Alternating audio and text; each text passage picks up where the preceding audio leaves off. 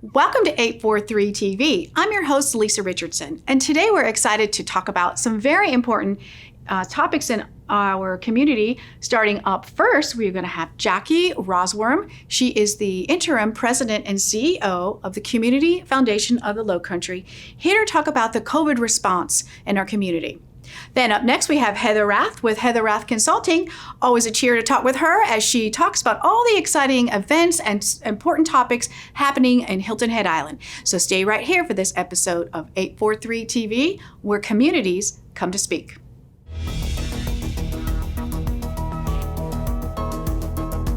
.843 TV, where the Lowcountry comes to speak.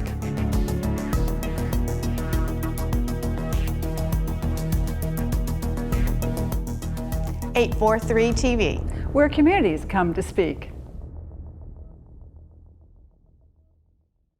Welcome to 843 TV. I'm excited today to be here in the studio, and we're going to be talking with Jackie Rosswurm with the Community Foundation of the Lowcountry and all the fantastic work that you all are doing to help our community in this pandemic time and just all the effects that we've seen in our community. So thank you for coming today. Thank you for having me. And you've been serving as the interim CEO and president since for a good while now, and you sharing with me that that's going to continue through the end of the year, and then got some new person coming, and so thank you for all that you've done here in our community over the years. So let's talk about a lot of urgent and growing needs throughout this pandemic. Let's talk about some of those specific things, break down some of the areas that the foundation is helping with. Sure. We started early on, actually mid-March, to establish the COVID Relief Fund. And that was done for 4 counties, which is our reach, to really look at the insecurities that this pandemic was causing. We found food insecurities, housing insecurities, utility insecurities, and so we began to gather funds for that. Within a short period of time, we actually had over $560,000. Amazing. And all of that money to date has been granted out to direct service organizations in those 4 counties to meet those needs. The other need that came in later in the game was when we were talking about starting school and the insecurity around technology. And what would the kids need, what would the families need, and where were those holes in all of that? Now, as a former educator, this is something probably very near and dear to your heart. So let's talk about the steps that you were taking to help with technology and so on. Sure thing. We started as a result of folks coming to us and saying, how can we help? We started the Student Tech Connect Fund. And again, shortly we had many people making donations, and we were able to put together a fund of about $64,000. We used those dollars to help families that didn't have technology, didn't have the internet connect. We worked with Hargray, so we were able to connect those families that needed that. We were able to also purchase cameras for the high school teachers, webcams, because of the technology that they're using, all the online work that they're doing. We did that. And the district was in the process of setting up a pre-K program so that families of these pre-K kids and early special ed children would be able to connect to the programs that were going on and be able to utilize that around their work schedule. So we, as a group, out of those funds, purchased the online curriculum for that. So those are the ways that we did that. Meanwhile, the town of Hilton Head was receiving HUD money that would support, again, all COVID issues, all those same sort of insecurities. The Community Foundation was asked to be the granting authority for that money. So initially we received over $350,000. And those dollars have been granted out, again, to direct service nonprofit organizations. There's about $75,000 there that's left in that original fund. And the town has received another fund of HUD money, and I believe that's around $390,000. So that money is also going to be granted out in the same manner. The first group of money was up to $25,000 grants. This second bundle of money, people can apply for up to $75,000. Let's talk about the application process. What does someone do? If you're a family struggling, if you're a business struggling, if you're an organization struggling, how do you go about? Well, our work is directly with nonprofits. We are not what's called a direct service organization. Our money goes to organizations that have those. And what we're learning is those people that you're talking about are going to these organizations and saying, can you help me with this? Can you help me with this? The schools actually have come to us because they are having parents say, I need internet connection, I don't have it. Teachers are raising the issue, is there a way that we can get more technology in our classrooms?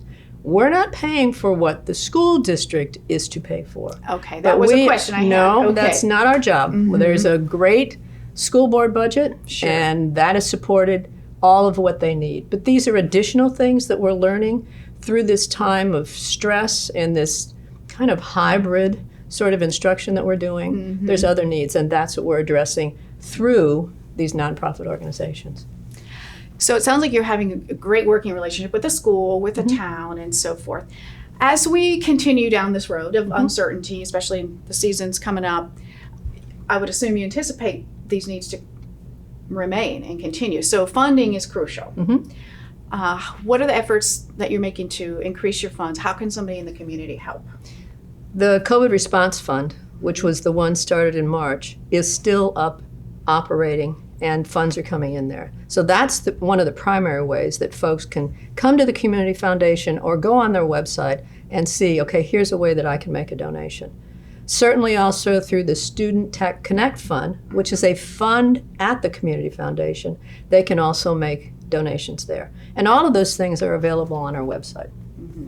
What have you found over these months? Because you have a lot of background experience in your career as an educator and even with the foundation over the years. What do you find, what are some takeaways that we can, from this house, our community support, community pulling together through these hard times? What are you seeing out there? This has been an amazing experience for me because going into this, when everyone was kind of shut down and everyone was working from home, I really wondered, what was this going to be like?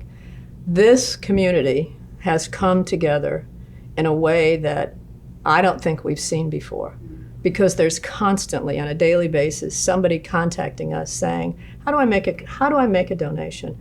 What are some things, or I've got an idea. How do we put this together? We're putting together extra funds for people that see another way that they would like to support this effort. So as horrid as this pandemic is, it has really shown us what this community does when people are in need. And it makes me proud to be part of this community. And I agree with you totally. And we've seen that in the past with hurricane recovery and things like that. Our community just bounds and rebounds and supports each other. So I totally agree with that. And there's such a reward in your... But let me tell you something. Matthew was huge here. Yes. I mean, you can remember. 4 years ago now. 4 years ago. Trees all over the place. Yeah. Just so much happening. In our COVID relief fund, we have acquired twice the amount of donations that Matthew had. Wow. That, when somebody told me that, I was like, wow. Now, this is ongoing. We don't know when the end is. Right. Matthew came and left, and we were left with the mess. But still, it really shows me, no matter what the concern, what the disaster, that this community comes forward with little donations, with big donations, but they're there, and that's amazing. Especially at a time when a lot of businesses weren't getting income, especially in the busy season we had. So even then, it's even more remarkable. Absolutely. So wonderful stuff. I know this is a great role for you to play here. I'm loving it. And you're going to be finished now, so you're going to be continuing on the board. And what are some other things that you're going to be doing as someone who's not going to be in charge as a CEO anymore? So you got some fun things planned? Well, actually, going back to be on the board is exactly what I want to do.